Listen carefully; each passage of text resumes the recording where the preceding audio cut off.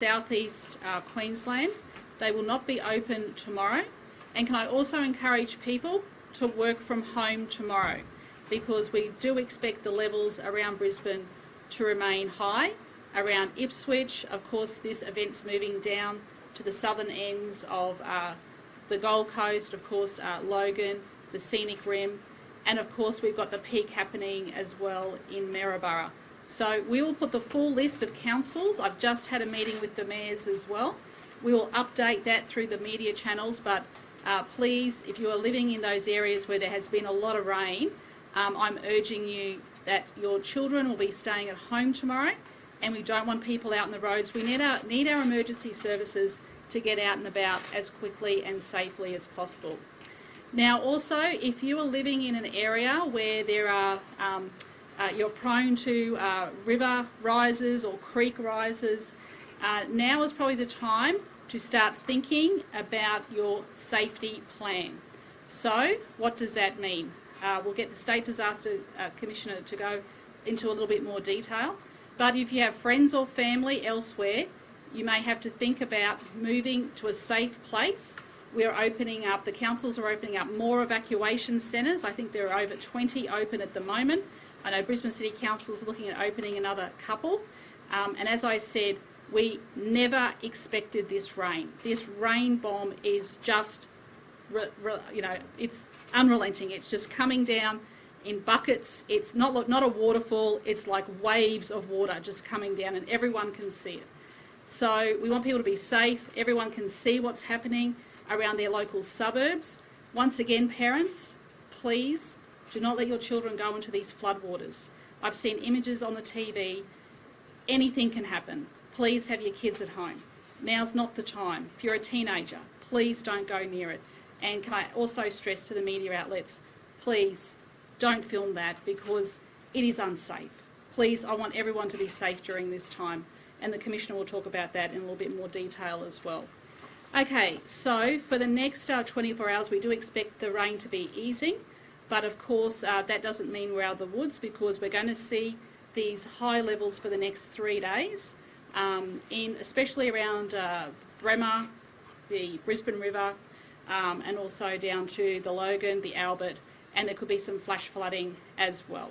So fingers crossed, this weather system is going to pass, but it is incredibly important that we save people's lives and we keep people safe during this time.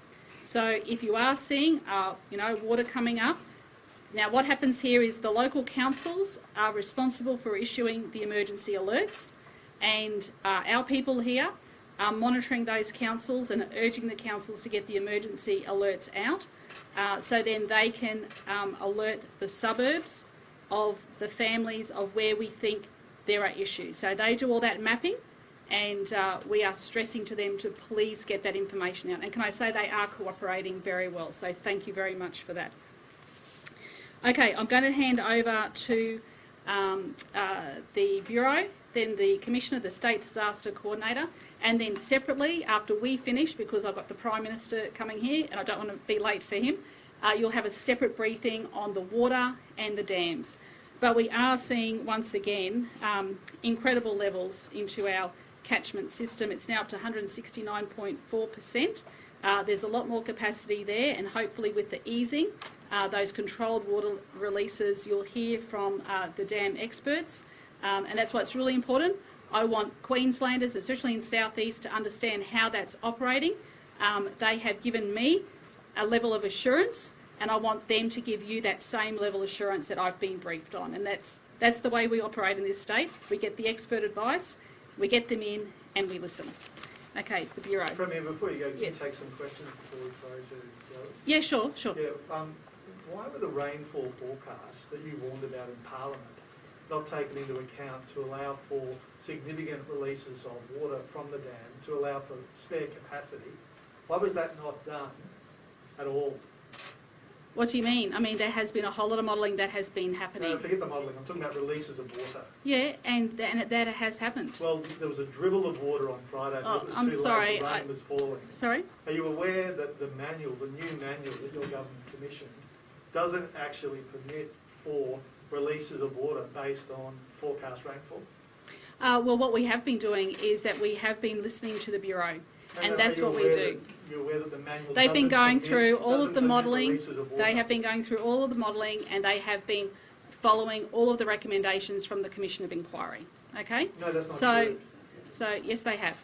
Now, let me say this to Queenslanders. No one expected this rain bomb to be sitting over the southeast of our state for such a long period of time. Let me be very clear about this. This is like an unpredictable cyclone, and it is the levels that we have never expected or could never have been forecast.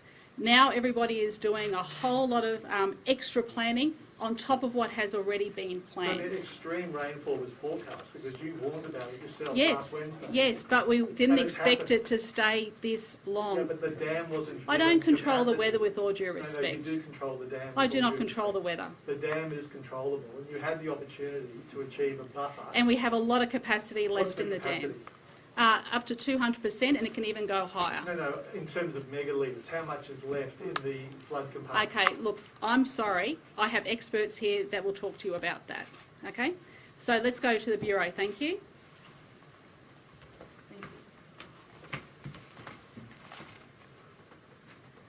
Thanks, Premier. Good afternoon. I'm just going to go through the updates that have occurred since the last time we spoke this morning.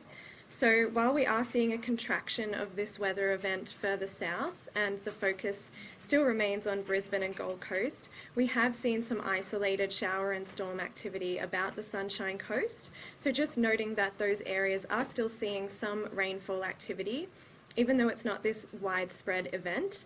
And now that our catchments are so saturated, they will be responding very quickly to any rainfall. So in terms of what we've seen around Brisbane and the Gold Coast today and into northern New South Wales as well, we've seen this widespread rainfall continue, and we've also seen some pockets of incredibly intense rainfall.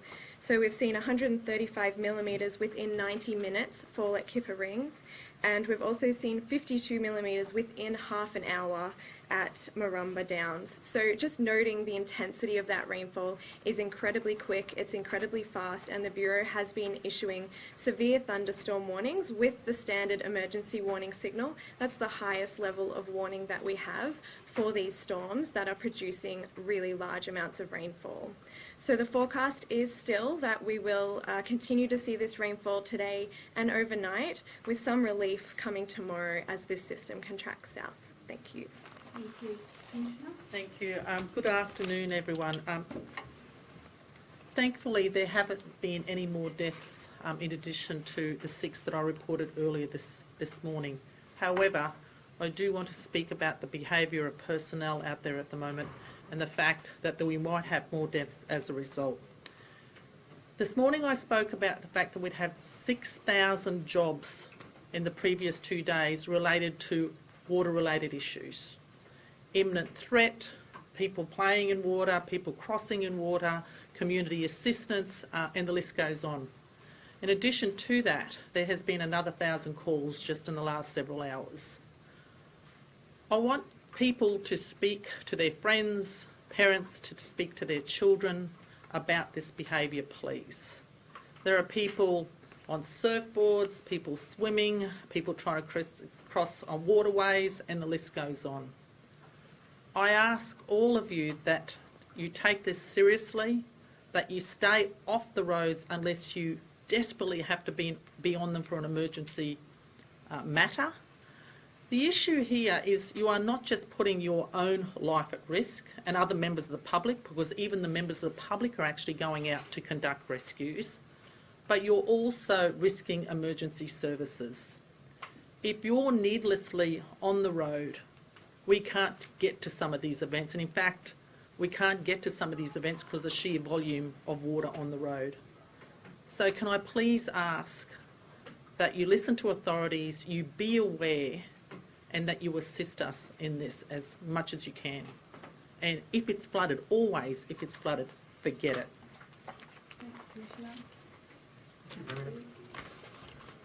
I'll start by echoing everyone else's comments around community safety. Look, that's our most important issue at the moment. Can our community do the right thing now it's disappointing that we see people going out and doing these sorts of things, because not only do they put our people at risk, we're having to divert resources to deal with this sort of foolish behaviour when there's a lot of other people that are in need. So please, if it's flooded, forget it.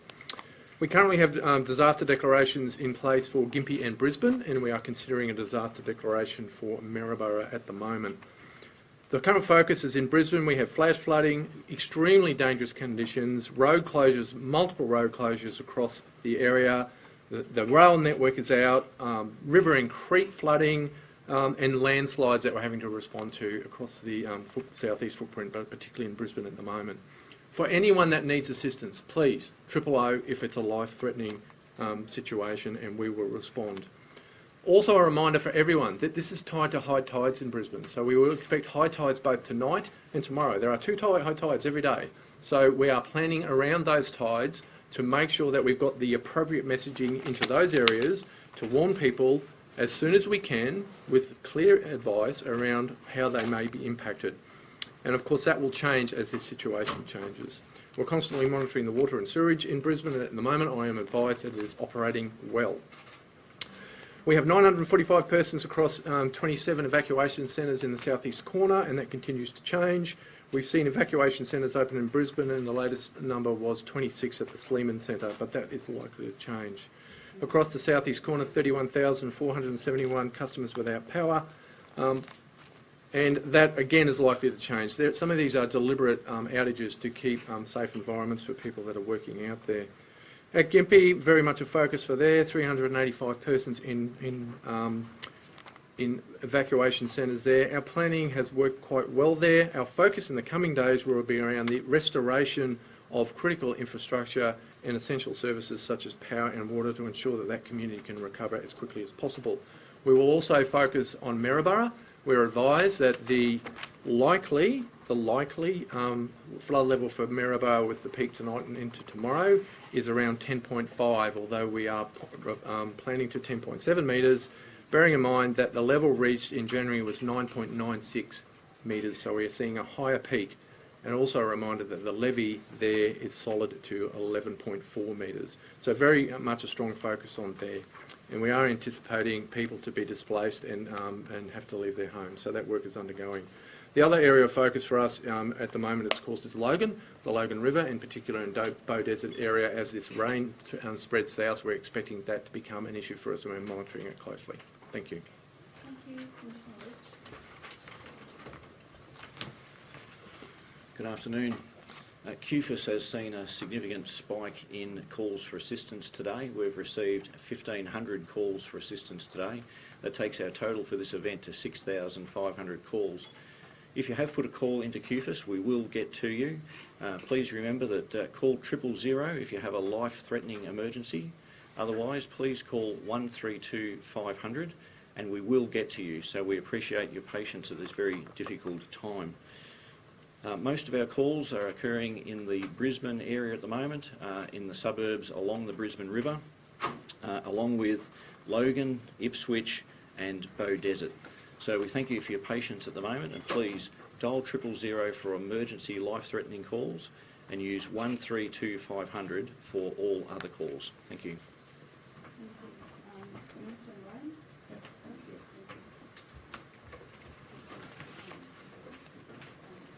Good afternoon. Briefly from me this afternoon, before I throw to Seqwater representatives, one of the matters I talked about this morning was the Mount Crosby water treatment plant, and I'd just like to let people know that work is still continuing on the water treatment plant. There is some stabilisation that has occurred. Whilst work is ongoing, we are supplementing the water supply from other parts of the network. The message to South East Queenslanders in this space is please still seek to conserve water at the moment, but work does continue and we'll keep everyone updated as it progresses. In terms of the Wivenhoe releases and what is happening in that space, I'd like to turn to Mike Foster from Seqwater. Thanks, Graham. Afternoon, everybody. In terms of our operations of our three gated dams at the moment, we're continuing to make releases out of North Pine Dam. We continue to make releases out of Somerset Dam into Wivenhoe Dam, and I think you're all aware as of about 4 a.m. this morning we started to make control releases out of Wivenhoe Dam. So those will continue certainly for the next, at least the next 3 or 4 days, and possibly a bit longer. Based on the Bureau's forecast at the moment, it does look like this event is moving southward and starting to ease for us. We hope to be in a position tomorrow to, I guess, to advise on the recovery and where we're starting to really bring those dam levels back down to that full supply, drinking water supply as we're required to do. What is the rate of flow? I'll just quickly make a point, and I understand there is some confusion around percentages. And we talk about, at the moment, Wivenhoe is about 169%. I just wanted to quickly talk a little bit about the design of Wivenhoe itself. So I think everyone in the room is probably aware that it's a drinking water storage and a flood mitigation storage, but it effectively has 3 compartments. It has a drinking water compartment, it has a temporary flood compartment, and that's extreme events that we're experiencing that allows us to hold water back temporarily and really to reduce what would have been the natural flow down the river. The third compartment we have is really our dam safety compartment, and that is really to ensure we can maintain the integrity of the dam if we're getting really large extreme events. So when we talk about that 169%, what we're referring to is that we're starting to use up some of that temporary flood compartment. At the moment, I think we've used somewhere about 40% of that compartment. We'll continue to use that compartment, and for those who are looking closely at this, our inflows into the dam are larger than the outflows, and that's the design of the dam. That's what it's designed to do, to slow down that natural flow that would have been there and effectively help reduce those flows downstream. And the dam is designed to do that, and it continues to do that.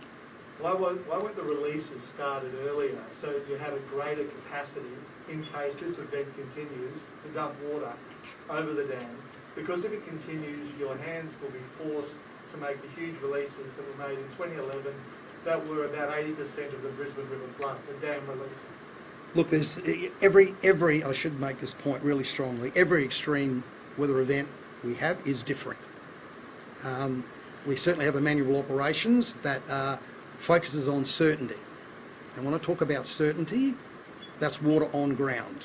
So when we know the water's on the ground and we know the inflows are coming in, that gives us absolutely certainty around our releases. Rainfall forecasts, again, for those who would look closely at this particular event, the forecasts have been a little bit uncertain. We've got very large drinking water catchments, so to understand where and when that water is going to fall with great accuracy, unfortunately, we just do not have the technology or forecasting power to be able to do that. So, here's a question: why wouldn't you err on the side of caution and make precautionary releases before the water's on the ground when the bomb has forecast extreme, severe rainfall? Your current manual prevents you from doing that. How is that possibly justifiable? Look, in terms of forecasting, let me make another really important point about how we manage dams. Once you make a decision to release water from a dam, particularly if you make a decision to release large volumes of water from a dam, you can't get it back. Once you're releasing that water, it is gone. So if you've got forecasts that are telling you that there's a massive amount of water coming in, and say that forecast does not eventuate, and we have put large amounts of water into the mid-Brisbane River, what we're actually doing is exacerbating the flooding and causing you flooding. Flooded the city because you banked the water too long.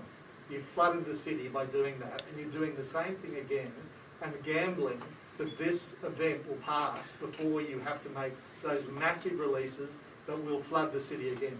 Look, I'm not going to get into a sort of compare and contrast because we're actually managing the event as we speak.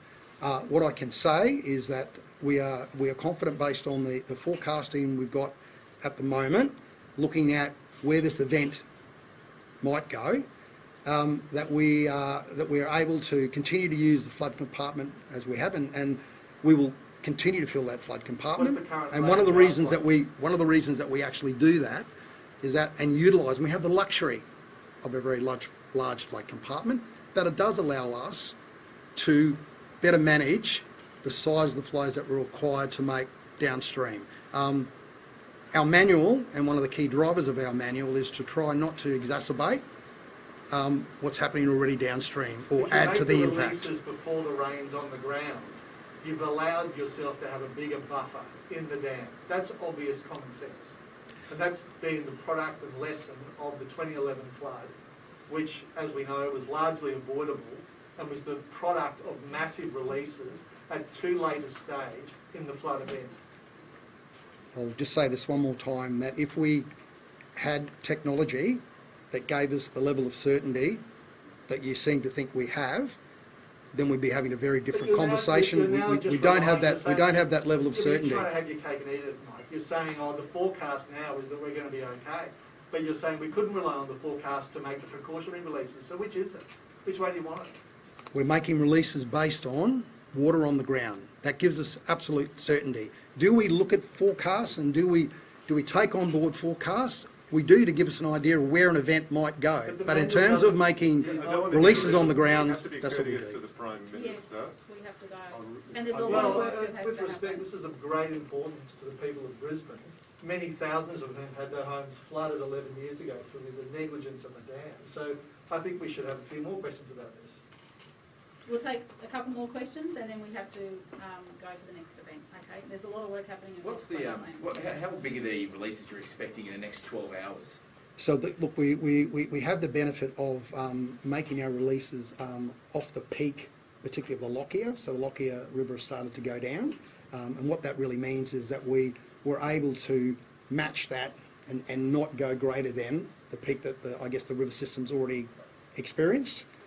So the sorts of releases that we'll be making we're making today and making over the next few days will certainly be what that river's already experienced with the peak of the Lockyer and Bremer. So the whole driver is to, as best we can, not add to the impact or increase the impact of what Brisbane's already seeing. Do you think the actual releases in the next 12 hours will exacerbate the flooding we're seeing down the Brisbane River? No, that's not our expectation. Not our expectation at all. In fact, the releases that we've made today, so 4 a.m. tomorrow morning, so you won't actually start to see those releases come through the system in terms of the Brisbane CBD until tomorrow. What is the volume of the morning. release? How many cubic metres per second is being released? The second part of the question is, I what haven't is the got that trigger detail. level for 2,000 cubic metres per second to be released in terms of the lake level of the dam? I haven't got those details with me. Well, we'd like those details. Can you take that on notice? Yeah. Sure, Okay, thank happy you. to. What has been released since 4 a.m. this morning? Look, I think since 9 a.m. this morning, and I'll stand to be corrected, but I'll confirm this, around 36,000 cumecs since this morning. And just to confirm, you can't make releases under the manual based on forecast rainfall. It has to be water on the ground. We make releases around certainty because... Sorry, you're not allowed to make releases based on forecast rainfall. Is that correct? We make releases So it's a around yes or no proposition. water on ground. No, we do not make releases based on forecast rainfall. We use forecast rainfall to give us an idea of where an event might go. Everybody else responds to rainfall forecasts to take precautionary steps. Yeah. Everybody else, air traffic controllers, airlines, transport operators. But the dam operators, for the second time in 11 years, thinks they know best, and they don't have to respond to the severe, extreme rainfall forecast. Well, look, Helly, the last thing I will say on that, and you've been through the journey, there's a commission of inquiry and a class action process, and what became incredibly clear through that process, that there is no forecasting tool on rainfall forecast that can give you certainty. This was forecast. It gave us a fair bit of certainty, which is why the Premier warned about it. Well, I can't take it any further. Okay. Okay, thanks. Thanks Thank for your you. time, everyone.